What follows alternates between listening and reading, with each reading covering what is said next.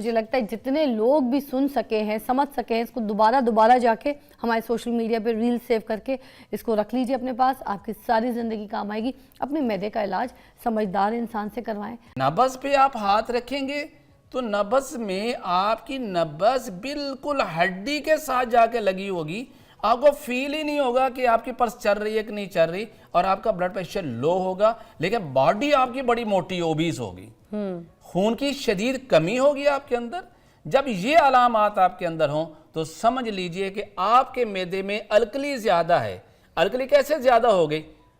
आमतौर पर आप गर्मी का मौसम आ गया तो हमने क्या किया, शरबत पी लिया, फिर लस्सी पी ली, फिर फालूदा खा लिया, फिर कोल्ड ड्रिंक्स वगैरह ले लिए, तरबूज खा लिया, और हमने इतनी ज़्यादा अल्कलाइन चीज़ें खा ली कि हमारे मैदे के अंदर जो म्यूकोजल मेम्ब्रेन है, जिसका काम है कि अल्कली पैदा करना, म्यूकस पैदा करना, गाढ़ी रतूबत पैदा करना, वो ओवर हो गई। और एज अ रिजल्ट क्या हुआ कि हमारा HCl जो हमारे स्टमक ने प्रोड्यूस करना था वो बिल्कुल डाउन चला गया। अब ग़िज़ा हजम ही नहीं हो रही। अब कभी ऐसी कैफियत आ जाए आपके साथ तो फिर देखिएगा, पहले तशख़ीस कर लीजिए। सेकेंडली मैं ये बताऊं कि इस पेशेंट को यूरिन बार बार आएगा और काफ़ी क्वांटिटी में आएगा, और यही वो लोग होंगे जो बाद में शुगर के पेशेंट हो जाते हैं। भले पानी कम पिए फिर भी आएगा इस पेशेंट को यूरिन फ्रीक्वेंटली आएगा, लार्ज क्वांटिटी में आएगा, और वाइट इन कलर होगा, तो ऐसा ही जैसे कि वाटर का पानी है। तो ये पता कैसे चलेगा? मुंह खुश्क रहना क्या इसकी अलामत? इसमें मुंह खुश्क नहीं रहता, बल्कि इसमें मुंह जो होता है वो मीठा रहता है। अच्छा। मुंह हर वक्त पानी से भरा रहता है। मरीज खाना खाता है और दिल करता है बस मैं सो जाऊं। अच्छा। खाना खाया, शाम तक हजम नहीं हो रहा, डकार आई है, तो ऐसे तो वही खाना जो था वो बाहर आ रहा है। इस हद तक स्टमक उसका वीक हो गया है।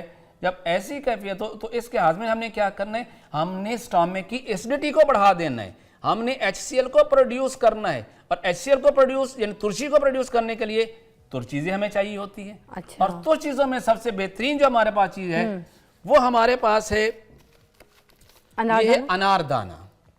आपने 100 ग्राम ये अनारदाना लेना है, और आपने इसके साथ 100 ग्राम राई है असली वो लेनी है, और 100 ग्राम ही आपने इसके साथ दालचीनी लेनी है, गोल वाली जी, गोल वाली। ये 3 चीजें बराबर वजन में ले लीजिए और इसको पाउडर कर लें, और चाय वाली आधी चम्मच सुबह दोपहर रात खाना खाने के बाद लीजिए। लेकिन फिर कहूंगा कि अब आपने ग़िज़ा को भी चेंज कर देना है। अब आपने पानी ज्यादा नहीं लेना, लस्सी है पानी नहीं पीना, ज्यादा नहीं लेना, क्योंकि आपको तो और डाइजेस्टिव कुछ नहीं हो रहा। नॉर्मल आप दिन में 3 से 4 गिलास ले लीजिए, बस काफी। लेकिन लस्सी नहीं लेनी, तरबूज नहीं खाना, आपने खरबूजा नहीं खाना, आपने सर्दा गर्मा नहीं खाना, आपने ठंडा पानी नहीं इस्तेमाल करना, बल्कि ये इस्तेमाल करना है। अच्छा। इसके साथ ये मजीद ये है, अगर आप करना चाहें तो मैं ये कहूँगा कि आपने लौंग, दालचीनी और ये जलवत्री, इन 3 चीज़ों का कहवा बना के अगर आप लेते हैं तो फौरी तौर पर आपके जो है मैदा जो है वो ताकतवर हो जाएगा, HCl प्रॉपर प्रोड्यूस होना शुरू हो जाएगा, और इस तरीके से आपके जो बलगम में खिलते बलगम जो बढ़ गई थी, रतूबात की जो ज्यादती हो रही थी, वो आपकी ठीक हो जाएगी, और आपका वेट जो बढ़ता जा रहा था वैसे से श्रिंक हो जाएगा। सर ये वो वाली दालचीनी जिसको आपने कहा था कि अगर जिस्म में दर्द हो तो उसको उबाल के पी लें। उस वक्त होगा जब बलगम की ज्यादती होगी। हाँ। अगर इसमें HCl बढ़ा हुआ है, यानी आप तो उसका ये फायदा नहीं देगी बल्कि इसको और बढ़ा देगी। गोल वाली जी।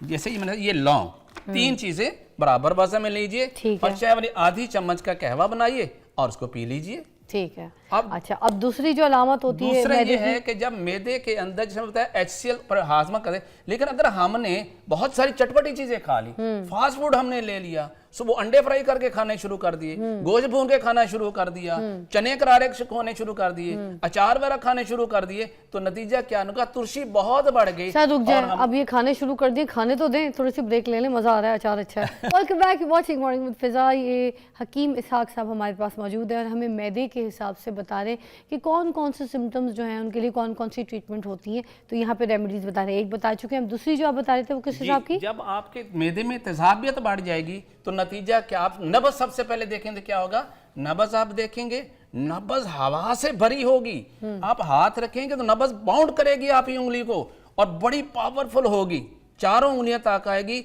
और ताकतवर होगी, पेट में हवा भरेगी और निकलने का नाम नहीं लेगी। दिल करेगा किसी तरह हवा खारिज हो जाए, डिकार आ जाए, किसी वजह से डिस्चार्ज हो जाए, नहीं होगी और पेट हवा की तरह ढोल बन की तरह भर जाएगा। जबान में क्या होगा, दरमियान से वाइट होगी, किनारों से बिल्कुल जो है रेड कलर की होगी। आंखें देखेंगे इस पेशेंट की तो आपको बिल्कुल उसमें जब धुंधला सा यानी मिट्याली सी आंखें होंगी, शफाफ नहीं होंगी। मजीद जब आप देखें उसके मुंह का जायका पूछेंगे, वो कहेंगे मेरा मुंह का जायका तुर्श रहता है, खट्टा रहता है। और ऐसे मरीज़ का जो है वो इनमें तेज़ाबियत बढ़ गई होती है, इनमें HCl बढ़ गया होता है, इसके अंदर कैल्शियम बढ़ गया होता है, इसमें खून का लेवल, खून की नालियां तंग हो रही होती हैं। यही मरीज़ बाद में चल के प्रॉपर इलाज ना करें तो ये पेशेंट हार्ट के पेशेंट हो जाते हैं। ये पेशेंट जो है बाद इतनी इनके अंदर कब्ज़ हो जाती है कि ये लोग चल के आगे बवासीर के पेशेंट हो जाते हैं। इसलिए इसके लिए क्या करना है, जब आपके जिस्म में ठंडक बढ़ जाए, सर्दी और खुश्की बढ़ जाए, तेज़ाबियत बढ़ जाए, तो खुदारा ऐसा ना कीजिएगा कि ठंडे दूध पीना शुरू कर दें, लो जी जलन ख़त्म होगी, तेज़ाबियत ख़त्म होगी। नहीं, यहाँ हरारत चाहिए, आपकी बॉडी को हरारत चाहिए। आपके बॉडी के अंदर थोड़ा सा सर वो दूध सोडा पी सकते हैं? नहीं पिएंगे, उससे वक्ती तौर पे आपकी एसिडिटी डाउन हुई, बट आपके स्टमक डिस्टर्ब हो जाएगा। अब हरारत पैदा कर दें मैदे के अंदर तो ये सारे सिम्टम क्लियर हो जाएंगे। और एक ऐसा नुस्खा जो मैं 35 साल से यूज करवाता हूँ और मनों के हिसाब से इस्तेमाल करवाया, हाजमे का बेहतरीन नुस्खा है। वो क्या है? और वो उसके अज्जा मैं आपको बताता हूँ। यह अज्जा बराबर वजन में लेने हैं। आपने लेना है पुदीना, खुश्क मिलेगा पंसारी से। दूसरा आपने लेना है रेवंद खताई। रेवंद खताई ये भी जड़ी बूटी होती है। दूसरी ये लेनी है। तीसरी आपने लेना है सुंड लेना है, ये खुश्क अदरक होता है। चौथी चीज़ आपने लेनी है ये गंधक आंवला सार। ये वो गंधक है जो एडिबल है, जो खाई जा सकती है, इसका कोई साइड इफेक्ट नहीं है और उन लोगों के लिए खास में बेहतर है जिनके मैदे में एसिडिटी है, जिनका ब्लड का पीएच लेवल लो चला गया है। इसके बाद आपने इसमें ये चख सकते हैं? नहीं, ये नहीं चखेंगे आप। क्यों? आपने कहा नहीं, आप खा सकते हैं, बट इसका टेस्ट कुछ नहीं है, ये टेस्टलेस है। देखो ना, पहली मर्तबा जिंदगी में देखिए येलो कलर की गंधक आंवला सा। गंधक आंवला। फिर आपने इसमें डालना है नमक, सोडियम क्लोराइड। ये आपने लेना है, ये हमारा जो खेड़ा नमक है, ये लाहौरी नमक है, वो ही लेना है आपने। कोई और समुद्री नमक या कुछ और नहीं लेना, ये लेना है। इसमें खा लो नहीं, थोड़ा सा जस्ट टेस्ट कर लीजिए, टेस्ट तो है ही नहीं इसका। और इसके साथ आपने लेना है ये सोडा बाइकार्ब, जिसे मीठा सोडा कहते हैं। इसमें आप फिर डालेंगे नुशादा ठिकरी कहते हैं इसको। इसके साथ आपने डालना है इसमें मग्गा, ये भी लॉन्ग पेपर है, काली मिर्च की एक नस्ल होती है, इसको ये डालना है। फिर आप इसमें डालेंगे सौंफ, ये अच्छी वाली लेनी चाहिए, पुरानी नहीं होनी चाहिए। और फिर आप इसमें डालेंगे काली मिर्च। तो ये नुस्खा जो है बराबर वजन में सारे अज्जा, अच्छी तरह इसे नोट कर लीजिए। जिन लोगों को खाना खाने के फ़ौरन बाद पेट में हवा भर जाती है और हवा पेट ये ढोल की तरह कस जाता है, वो खारिज नहीं होता। जिनका कोलेस्ट्रॉल बढ़ा हुआ है, जिनका यूरिक एसिड बढ़ा हुआ है, खून की नालियाँ तंग होने की वजह से जिनका ब्लड प्रेशर बढ़ा है, उनको ये नमक नुकसान नहीं देता। लेकिन फिर भी एहतियात कीजिए, अगर नमक नहीं अगर जाए तो आप नमक निकाल लीजिए, लेकिन अब मिजाज को ज़रूर देखिए। तेज़ाबियत वाले मरीज़ के लिए नुस्खा हाजमे के लिए बहुत अच्छा है। सर और कौन से ऐसे मसाइल होते हैं मैदे के जो आपको लगता है? मैदे के एक मसला होता है, कुछ लोगों को खाना खाया, इजी खाना खा लिया, लेकिन 1.5 घंटा गुजरा तो उनके मैदे के अंदर गैस बनना शुरू हो गई। अब वो गैस बनती भी है और खारिज भी होती है। पहले में मैंने कहा कि गैस बनेगी और खारिज नहीं होगी। अब मैं बता रहा हूँ, खाना खाया उसके 1.5 घंटे के बाद गैस बनी। अब वो गैस बन भी रही है, डिकार भी आ रहा है, वैसे भी पास हो रही है, लेकिन ख़त्म नहीं होती, बनती चली जाती है। खारिज और मरीज़ किसी महफिल में नहीं बैठ सकता। तो इसका मतलब है इसके मैदे के अंदर गर्मी की ज़्यादती हो गई है। पहले मैंने बताया रतूबत की ज़्यादती, फिर मैंने बताया यहाँ पर खुश्की और तेज़ाबियत की ज़्यादती, और तीसरा बता रहा हूँ कि जब आपके मैदे के अंदर हरारत की ज़्यादती, सफरा की ज़्यादती, गर्मी खुश्की बढ़ जाती है, तो फिर आपने कौन सा नुस्खा लेना है। इस मरीज़ का ब्लड प्रेशर हमेशा ज़्यादा होता है। अच्छा, मैं ये नुस्खा भी बता जी। हाँ। जिनको हरारत ज़्यादा होती है उनके खून की नालियां के जो अंदर ल्यूमेन होता है सोजिश की वजह से तंग होता है, हमने उस सोजिश को उतारना है, मैदे की सोजिश को उतारना है, तो ये ठीक हो जाएंगे। यहाँ पर हरारत की वजह से रतूबात खुश्क हो रही होती हैं, हमें यहाँ रतूबात पैदा करने वाली दवाइयाँ देनी है।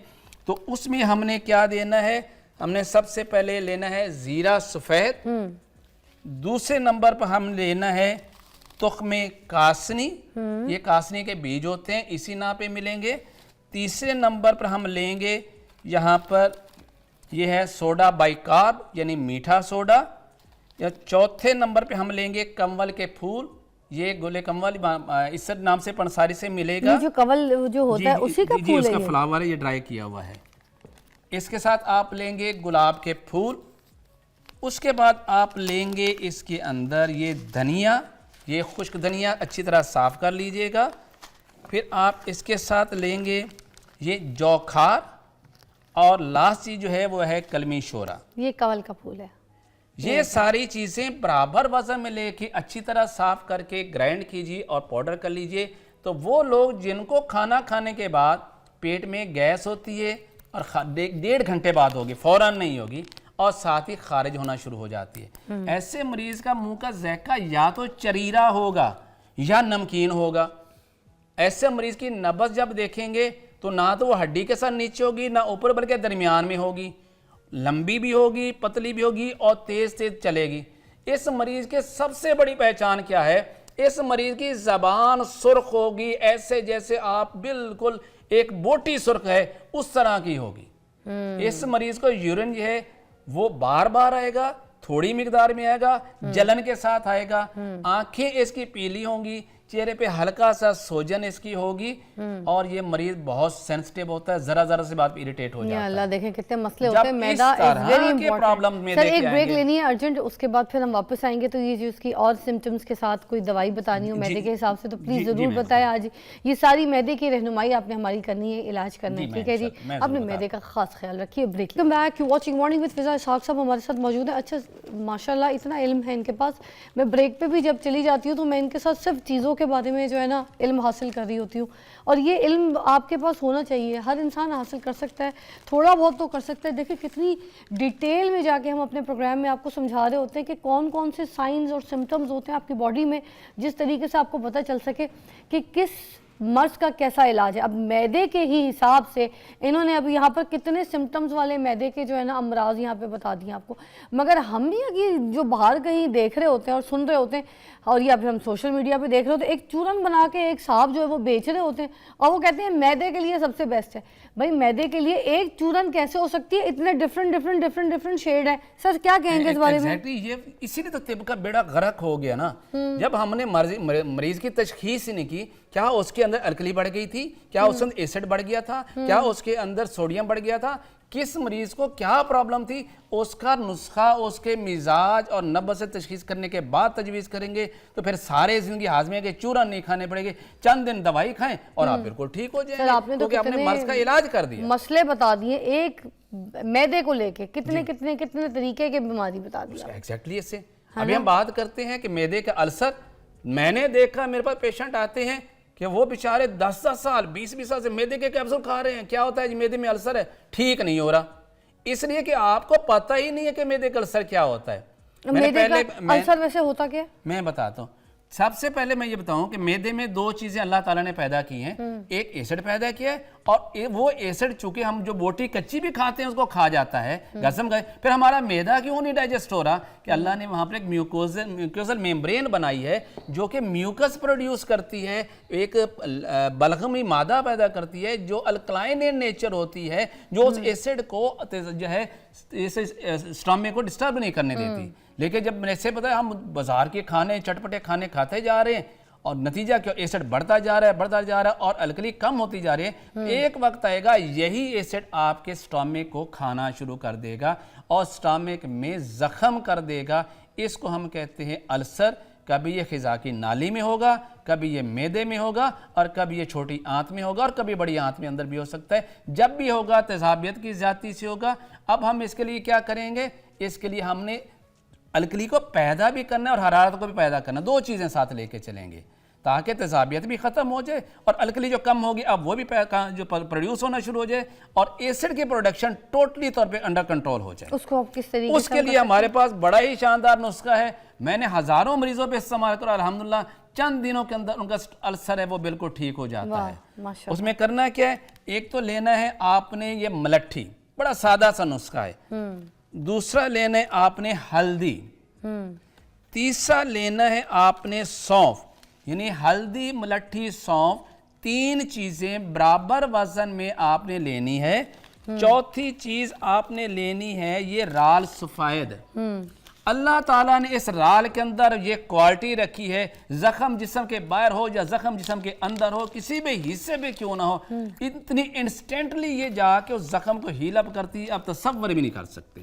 आपने देखा अक्सर लोगों को जल जाते हैं, तो इसी राल को तेल में मिक्स करके लगाने से वो जख्म ठीक हो जाते हैं। हम इसको खाने के लिए भी देते हैं, चाहे वो आंतों में जख्म हो रहा हो, चाहे खूनी पखाने आ रही हो, चाहे उल्टी के साथ खून आ रहा हो, तो आपने चौथी चीज़ इसमें ये डालनी है राल सफ़ेद, और 5वीं चीज़ इसमें गोंद कीकर। ये 5 चीज़ें लेके इसका मुरक्कब बना लीजिए, पाउडर कर लीजिए, और चाय वाली आधी चम्मच 3 टाइम खाना खाने से आधा घंटा पहले खाइए। लेकिन अब आपने ऐसी चीज़ें नहीं खानी जो एसिड ज़्यादा पैदा करती हैं। अब आपने क्या खाना है, टिंडे, गाजर, मूली, शलजम, घिया, तोरी, दाल मूंग की, हल्की सी काली मिर्च, थोड़ा सा नमक और कम मिकदार में ऑयल और हल्दी डालिए। ये इस्तेमाल कीजिए। चंद दिनों के अंदर मैदे का अल्सर और आंतों का अल्सर, अल्सराइटिस कोलाइटिस कहते हैं, वो भी ठीक हो जाएगा। अब हम बात करते हैं कब्ज़ के बारे में। वो अलग प्रोग्राम में करेंगे, वो पूरा एक टॉपिक है, क्योंकि इतनी मेरी बहनें, आंटियां जो जानने वाले कोई मैसेजेस जो मुझे करते हैं, उन्होंने मुझे ख़ास कहा है कि कब्ज़ के ऊपर एग्जैक्टली एक पूरा कंप्लीट शो करना है। क्यों होती है, पुरानी है, बीमारी है, तकलीफ में है। लोग कहते हैं कि कब्ज़ उम्मुल अमराज है। मैं कहता हूँ नहीं, कब्ज़ बेसिकली अलामात का मजमुआ है। आप अलामत देखें, मिजाज देखें, उसके मुताबिक दवा दें, कब्ज़ विद इन डेज ठीक होते हैं। ये कौन सा सारी जिंदगी कब्ज़ की गोलियां खाते रहे और नुकसान करते रहे अपने स्टमक और आंतों बहुत का। मेरी बहनें, बहुत मेरे भाई ऐसे हैं जिनको शदीद तकलीफ है, और इसके ऊपर पूरा कंप्लीट शो करना है। आज मैदे के ऊपर आपने बहुत अच्छा शो दिया है, बहुत शुक्रिया। और मुझे लगता है जितने लोग भी सुन सके हैं, समझ सके हैं, इसको दोबारा जाके हमारे सोशल मीडिया पे रील सेव करके इसको रख लीजिए अपने पास, आपकी सारी ज़िंदगी काम आएगी। अपने मैदे का इलाज समझदार इंसान से करवाएं,